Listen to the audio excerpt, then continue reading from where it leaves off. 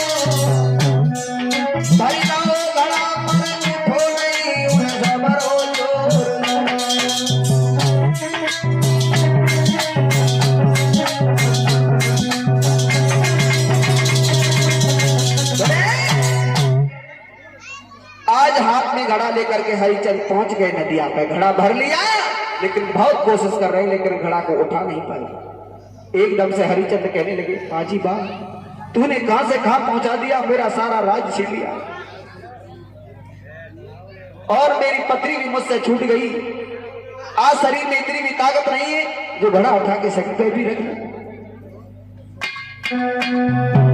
तब तक देखा हरिचंद ने कि सामने से रानी तारा आ रही है। एकदम हरिचंद को हिम्मत बन गई, बाजी बा हर मुसीबत में मुझे रानी तारा ही मिली। तब तक रानी तारा पास में पहुंच गई, बोली हरि महाराज आप ये बहुत कमजोर हो गए, क्या हुआ? हरिचंद बोले रानी तारा सुख का भोजन सुख की नींद तो उसी दिन छूट गई जिस दिन हमारा राज चला गया, काशी भी डूब गई। लेकिन एक हमारा काम कर दो रानी तारा। रानी बोली क्या? तो आंखों ही आंखों में महाराज हरिचंद ने अपनी पत्नी तारा से इशारा कि रानी उठवाए दे वो प्यारी उठवाए दे गगनिया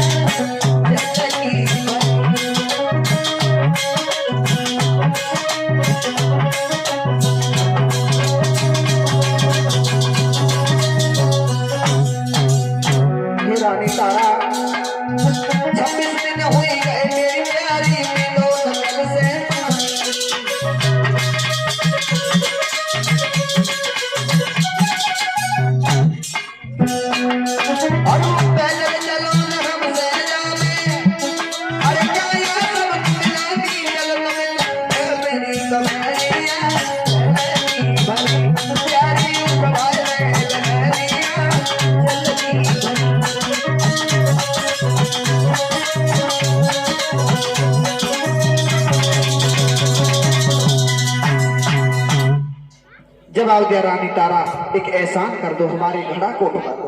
रानी तारा बोली घड़ा उठवा दो? अरे मैं कैसे घड़ा उठवा दूं?